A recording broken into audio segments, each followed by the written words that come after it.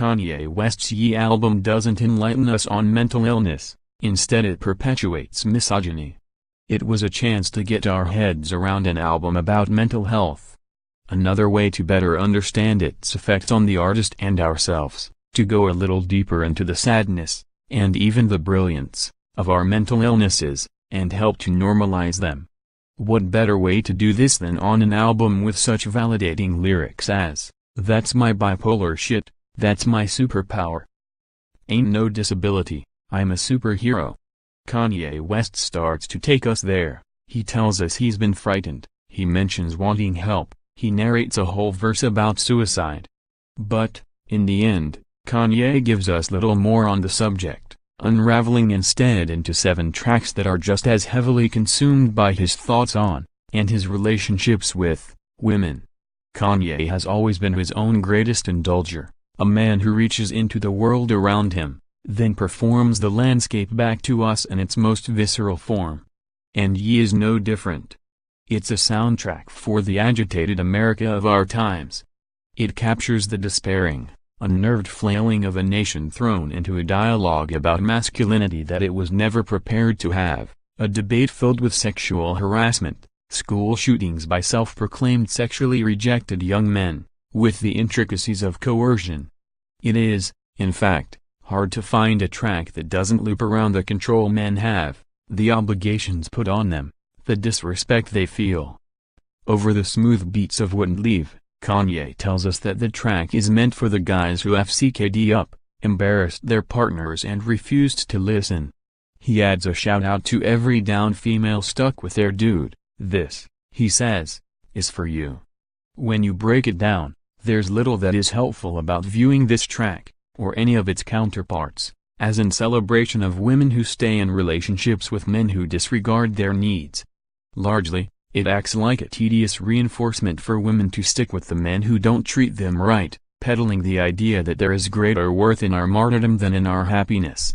Likewise, the song Violent Crimes may seem like a well-intentioned track about the precious relationship between father and daughter, but it falls prey to the same misguided narrative of the previous song. In one line he instructs his daughter, "Don't do no yoga, don't do Pilates," before praying that her body eventually looks nothing like that of her mother's, Kim Kardashian. He considers this dilemma: if you whoop her ass, she move in with him, then he whoop her ass, you go through it again. She got the scars, they serve as reminders, blood still on her pajamas. It's an uncomfortable track to say the least, in which Kanye projects sexuality and imagined violence onto a child where there's really no need to. He follows up by reminding us that he only really began to consider the respect owed to women and girls once he had a daughter. Which begs the question, where's the track for his son? One, maybe, that directs his boy to becoming the kind of man that doesn't see women as something to conquer, as his father has. It's often hard to know when Kanye is sharing his thoughts, or simply trolling. Russell Simmons wanna pray for me too, he says on Yikes. Me pray for him cause he got me too'd, thinking what if that happened to me too, then I'm on E! News. The verse hangs like the thread that holds the album together, weaved between lyrics of a man reflecting on the personal and the political, while showing little suggestion that he has a sincere understanding of it all.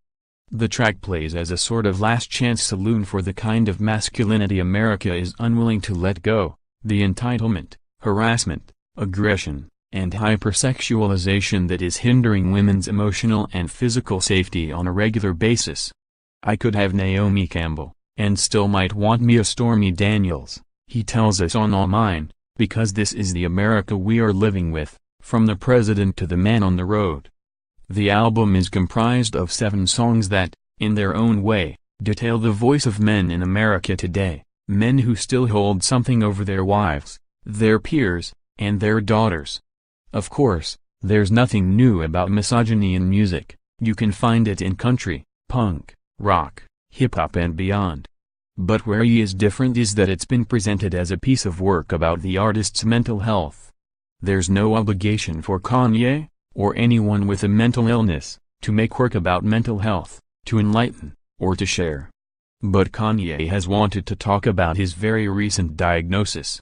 In a recent interview with radio host, Big Boy, he said of his inflammatory comments on slavery, "Think about people that have mental issues that are not Kanye West. Think about somebody that does exactly what I did at TMZ, and they just do that at work, and they lose their job." But this is not an album about mental health. It could have been. And it may have been masterful for it. In the end, Ye does little to enlighten us about mental health. Instead it plays out brilliant and commanding beats over a culture of men who clutch intensely at the tails of their own behavior. More, Kanye West addresses Tristan Thompson cheating scandal on new song as album gets debut at listening party. More, Kanye West opens up on mental condition diagnosis. It's not a disability, it's a superpower. More, Kanye West redid his new album after that controversial TMZ interview.